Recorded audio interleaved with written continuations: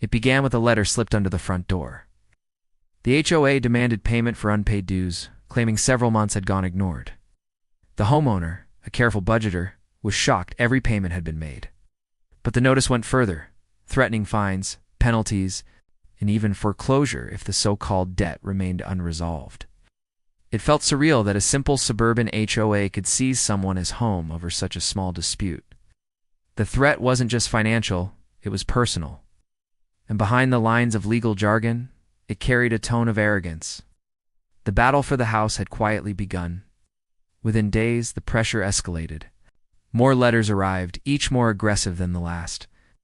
The HOA board claimed thousands were owed, inflating fees and adding mysterious charges.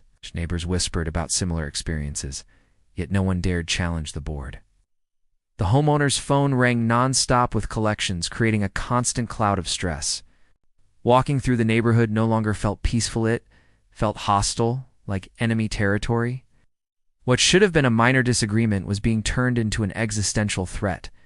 But instead of caving in to intimidation, a seed of defiance began to grow.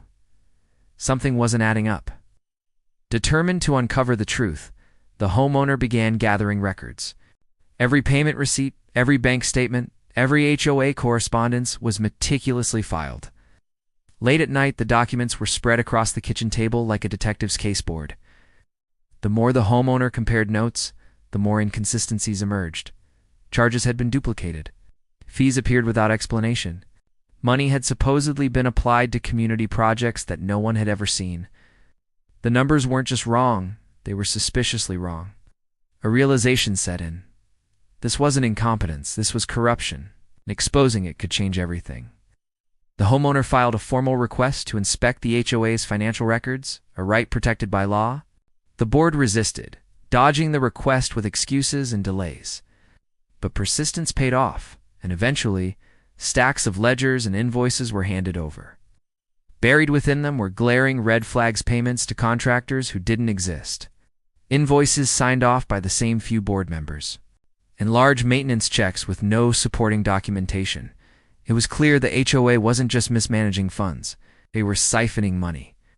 Every inflated fee and fake charge was part of a scheme. The trap was set. Armed with undeniable proof, the homeowner confronted the HOA in a board meeting. The room was tense, filled with residents who had no idea their dues were being stolen. Page after page of evidence was laid out. Forged invoices, ghost contractors, and unexplained expenses. The board members shifted uncomfortably, their polished confidence cracking. The homeowners in attendance gasped, outraged to learn their money had funded luxuries for the very people supposed to protect the community. What started as one family's fight against foreclosure had suddenly turned into a neighborhood rebellion. The board's power was slipping. With the community backing the claims, attorneys were brought in. The HOA board, once so confident in their threats, now found themselves cornered. Lawyers dug deeper, confirming fraud and embezzlement on a massive scale. Court filings accused the board of abusing their authority and misappropriating funds for personal gain. The foreclosure attempt, once a looming nightmare, became the very evidence of their downfall. What they had hoped would scare one homeowner into submission had instead triggered a legal storm. And this time, the board couldn't hide behind paperwork or intimidation. Their empire of control was crumbling. The trial drew crowds, with neighbors filling the courtroom seats.